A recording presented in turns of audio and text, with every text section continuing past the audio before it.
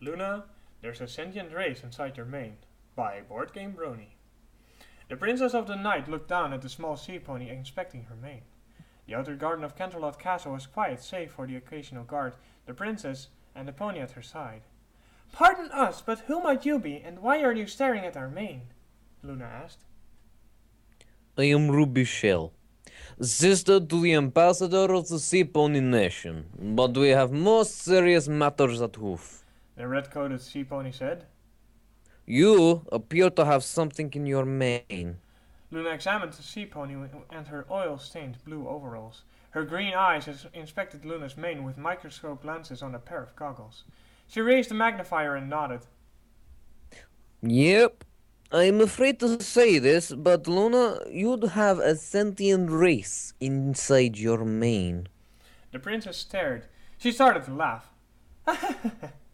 Dear subject, you are quite the entertainer. How could a race of anything live inside our mane? It is composed of a magnificent field of stars, galaxies, and nebulae, all swirling around in a cosmic mass of light and solar waves. Yes, all that be true. Ruby Shell said. But that is also why we're dealing with a very serious situation. Because if I'm correct, this race is spacefaring capable. Luna chuckled. How interesting. We see no reason why there would be anything. A small explosion ripped apart a star inside Luna's mane. The ensuing detonation sent a miniature shockwave into the surrounding space as the color of her hair turned from a deep blue to a darker purple with a blast of light and energy. Luna stood open-mouthed. What was that? She yelled. Looks like an orbital pulse cannon ripped apart a nearby star. Luna, not only do you have a race of interstellar beings inside your mane, but they appear to be at war. Ah! Luna grabbed her mane and eyed the remnants of a small particle explosion. Who is doing this? I don't know, but I can figure out some details about this race if you're willing to answer a few questions. Yes, anything. Okay, how often do you wash your mane?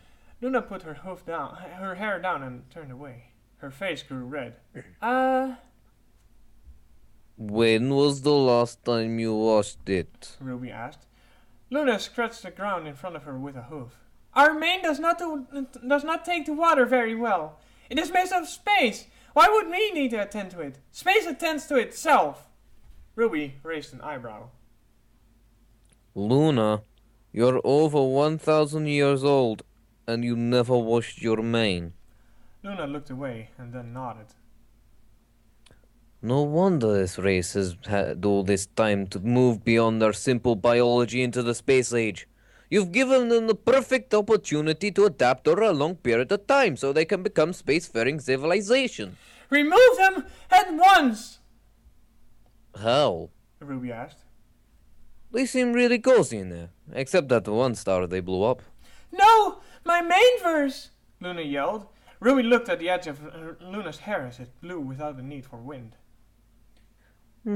They appear to have set up a wealth of mining colonies on a green-hued star near the end of the known space. They found a mineral ore inside of Ulysses? Luna said as she turned to inspect the tip of her mane. You named the stars in your mane? Ruby asked. They both stared as a tiny explosion tore through one of the mining ships as it made its way out of the star of Ulysses. Ruby gasped. Sabotage! Get out of our mane! Luna bellowed as the royal Canterlot voice echoed through her mane and shook each ship in its place. The fleet of mining vessels turned as a small point of light opened up nearby. They shot into the wormhole as it closed behind them, leaving nothing but bits of debris floating in Luna's hair. Ha! Even this small race respects the authority of the Princess of the Night! A circle of light opened in Luna's tail. The company of ships exited into the surrounding space and disappeared within a nearby star. Ruby inspected it closely. They appear to have opened a warp gate into your tailverse. Not the southern universe! Luna yelled as she spun wildly, nipping at her own tail. One guard stood and watched with wide eyes as the princess grunted and screamed at her own hair. Be gone, vile interlopers! She turned to the guard, who gasped in surprise. Ha! Newbie Gold! Go fetch Celestia at once! Tell her there's a matter of internal security that needs attending to! Go! The guard nodded in confusion and galloped off. Ruby, get them out! Hold on just a bit.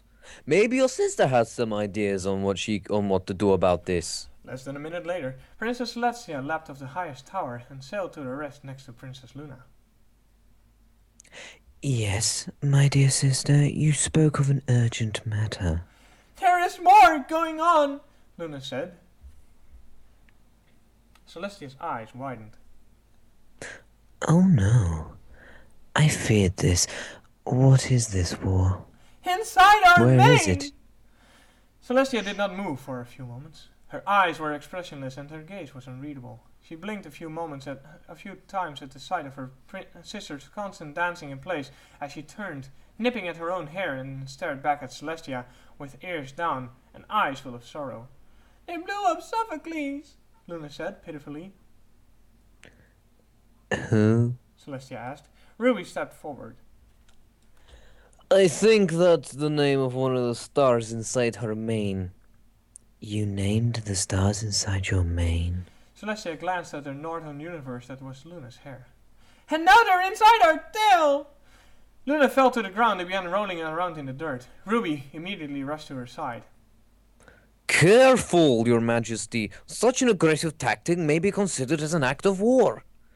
What is going on inside your head, sister? Celestia asked. Ruby walked up to the Celestia and as Luna continued rolling on the ground before the sea pony. A great wall of dust formed as Ruby spoke. Apparently, your sisters never washed her hair, and as a result, a race of sentient microbeings have taken up residence, researched, and perfected the use of space travel, and now started interstellar conflict where they are all using orbital space cannons to battle across the depths of her mainverse. They already destroyed one of the stars and attacked the mining colony on Ulysses. If they don't come to a peaceful solution soon, the entire universe in Luna's hair may be at stake. They're moving Juno!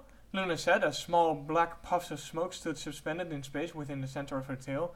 She began to roll on the ground even more furiously. Is there no way we can come to peace talks? Celestia asked the sea pony. I'm not sure. Ruby Shell said. The fighting is intense, and I'm sure the mining colony at Ulysses was a civilian target. The two sides of this conflict may already be attempting such talks. Wash them out! Flood the universe with torrential shampoo showers! Luna yelled amidst the dust cloud. Ruby turned to the princess. Their ships may be gutted against such an assault, and we might end up wiping out the civilization. In a process, such a maneuver would hinder our operations at peace. Right. Celestia said. And I don't think the extermination of an entire race would sit well with any pony. They are lies! Luna yelled. They don't count! Ah! A small black hole opened near the edge of known space in Luna's tail. They activated a doomsday weapon. Ruby said as she inspected the growing darkness at the tip of Luna's southern universe. We'll have to act fast. Dear sister, Celestia said as she approached. I can't destroy them without harming an entire race, but we have a the problem for you. We're going to have to remove all the hair on your mane and tail. No! Luna yelled as she turned to stare at the baseball-sized black hole now making its way further across her tailverse. It has to be done. Celestia motioned to the guard, Nobu Gold, as she ran into the castle and came out with a pair of diamond scissors. These can cut the hair of any pony, even mine. Celestia said. Hold still, Luna. Luna stared at the night sky as Celestia stood next to her. The bald head and hairless tail nub of the Princess of the Night made her tear-filled eyes all the more sad. Celestia sat next to her sister and hugged her close. I'm sorry war was declared inside your hair. The ruler of Equestria said. Luna said nothing and did not turn to look at her sister. I have a present for you, Celestia said. She presented a gilded box to her sister and placed it in front of her. Luna looked down, opened it, and peered in shock. She turned to her sister, whose mane and tail were now half their length, as though she smiled brightly. Luna picked up the replacement mane and tail, made of every hue of the sunrise, and put them on. The tail sat loosely on a small, nearly invisible belt. I feel strange. Wait, Luna asked. Did you wash? Yes, Celestia said. every day. It's not that hard, really.